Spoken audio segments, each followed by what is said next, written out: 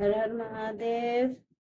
पांचवा अध्याय कोटिलिंग महात्म्य एवं रविवार व्रत कथा महात्म्य। भगवान शंकर बोले, हे सनत कुमार, कोटिलिंग का महात्म्य तथा पुण्य का विधान बताना या वर्णन करना बहुत कठिन है। जब एक लिंग महात्म की कथा का वर्णन करना असंभव है तो कोटिलिंग के महात्म्य को कौन वर्णन कर सकता है।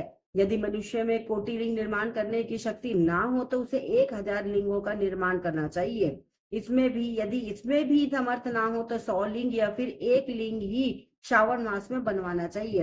एक लिंग के बनवाने से भी जीव मेरे पास निवास करता है। कामदेव के शत्रु भगवान शंकर का ओम नमः शिवाय मंत्र से पूजन करना चाहिए। घर में यज्ञ करके उद्यापन करना चाहिए। हवन करने के बाद ब्राह्मणों को भोजन कराना चाहिए। इस व्रत को करने से असमय में मृत्यु का भय समाप्त हो जाता है। इस मास का व्रत बंध्यत्व का हरण करके संपूर्ण आपत्तियों को दूर करता है, रोग शोक संताप मिटाता है। जो प्राणी पंचामृत से श्रावण मास में मेरा अभिषेक करता है वह इस शरीर को छोड़कर कैलाश में एक कल्प तक मेरे पास निवास करता है। वह प्राणी पंचामृत पीने वाला, गौ तथा धन आदि से युक्त, अत्यंत मधुरभाषी त्रिपुरासुरहंता भगवान शंकर का प्यारा बन जाता है। जो मनुष्य श्रावण मास में हविष्यान भोजन करता है वह चावल आदि संपूर्ण धान्यों की अक्षय निधि से युक्त हो जाता है। जो मनुष्य श्रावण मास में पत्थर पर भोजन करता है उसे भोजन के लिए सोने के बर्तन प्राप्त होते हैं। जो मनुष्य श्रावण मास में जमीन पर सोता है वह कैलाश पर निवास करता है। जो मनुष्य श्रावण मास में एक दिन भी ब्रह्म मुहूर्त में स्नान करता है उसे पूरे महीने तक नहाने का फल मिलता है। इस मास में जो मनुष्य जितेंद्रिय होता है उसे जितेंद्रिय जन्य बल की प्राप्ति होती है। इस महीने में स्फटिक मणि, पाषाण मिट्टी तथा मरकत मणि से निर्मित शिवलिंग या स्वयं या बनाए हुए या पिसान निर्मित अथवा पीतल या चंदन मक्खन निर्मित शिवलिंग में एक बार अर्चन करने से 100 ब्रह्मत्या का पाप नष्ट हो जाता है। सूर्य ग्रहण, चंद्र ग्रहण या अन्य किसी सिद्ध क्षेत्र में लक्ष्य जप करने से जो सिद्धि प्राप्त होती है वह सिद्धि श्रावण मास में केवल एक बार जप करने से मिल सकती है। किसी दूसरे समय में किए गए नमस्कार तथा प्रदक्षिणा से जो 1000 बार में फल मिलता है वह पर श्रावण महीने में एक बार नमस्कार या प्रदक्षिणा करने से मिल जाता है। यह श्रावण मास मुझे अत्यधिक प्यारा है। इस महीने में वेद पारायण करने पर सब वेद मंत्रों की अच्छी तरह सिद्धि हो जाती है। इस महीने का एक दिन भी बिना श्री सूक्त पाठ किए ना बितावे।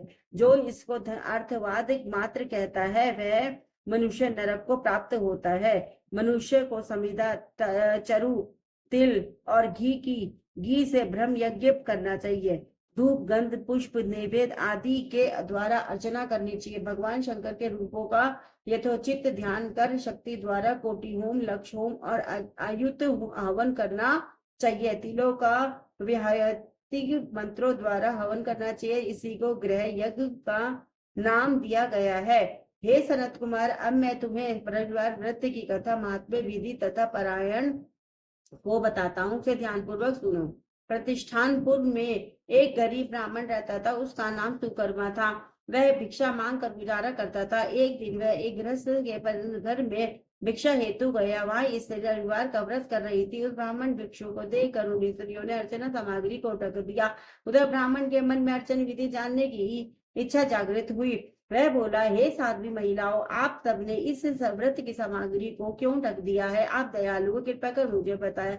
मुझे भी इस व्रत को करने की विधि बताए। मैं अपनी दरिद्रावस्था में से दुखी हूँ। यह उत्तम व्रत श्रवण कर मैं भी इस व्रत को करना चाहता हूँ।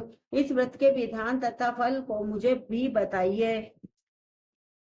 स्त्रियों ने कहा, हे ब्राह्मण देवता, यदि व्रत में उन्माद या प्रमाद अथवा विस्मरण, भक्तिहीनता या अनास्था करोगे तो यह व्रत निष्फल हो जाएगा। अतः इस व्रत को तुम्हें हम कैसे बता दे? ब्राह्मण बोला, मैं ऐसा नहीं ही करूंगा।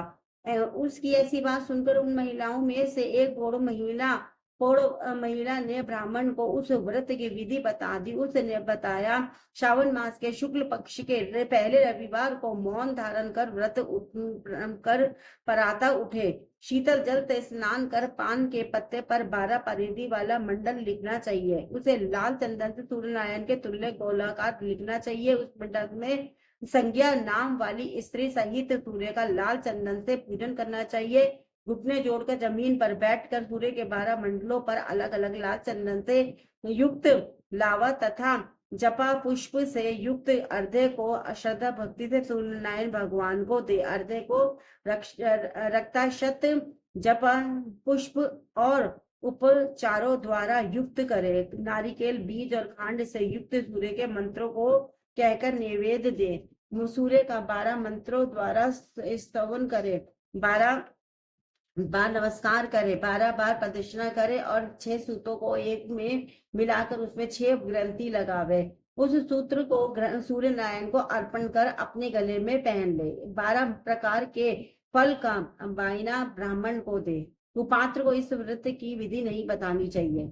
हे द्विज, इस व्रत के करने से निर्धन धनवान हो जाता है, निसंतान पुत्रवान हो जाता है, कोढ़ी को कोढ़ मिट जाता है, रोगी का रोग दूर हो जाता है, प्राणी जिस वस्तु की इच्छा करता है वह उसको इस व्रत के प्रभाव से प्राप्त हो जाती है। श्रावण मास के महीने 4 या 5 जितने भी रविवार पड़े उन सब रविवारों का व्रत करना चाहिए। व्रत के फल की प्राप्ति हेतु उद्यापन भी करना चाहिए। इस प्रकार रविवार का व्रत करने से कार्य सिद्धि होती है। गरीब ब्राह्मण रविवार के व्रत की विधि प्राप्त कर अपने घर को लौट गया।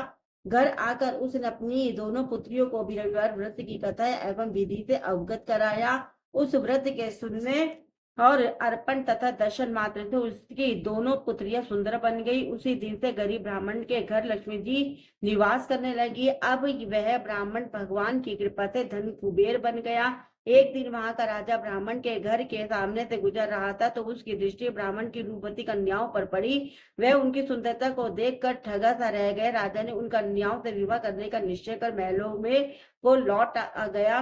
राजा ने अपने पुरोहित को ब्राह्मण के यहाँ उसकी दोनों पुत्रियों से विवाह करने का संदेश लेकर भेजा। ब्राह्मण ने राजा का प्रस्ताव स्वीकार कर अपनी दोनों पुत्रियों का विवाह राजा से कर दिया। राजमहल में जाकर दोनों कन्याओं ने रविवार को व्रत किया और वे पुत्र पुत्रों से युक्त हो गई। हे सनत कुमार, जिस व्रत के सुनने मात्र से सब आकांक्षाओं की पूर्ति हो जाती है तो इसके अनुष्ठान के फल का क्या कहना। हर हर महादेव। हरे कृष्ण कृष्ण कृष्ण हरे हरे, हरे राम राम राम राम हरे हरे। नमः पार्वती पते। हर हर महादेव, हर हर महादेव, हर हर महादेव। ओम कालेश्वर ज्योतिर्लिंग महादेव की।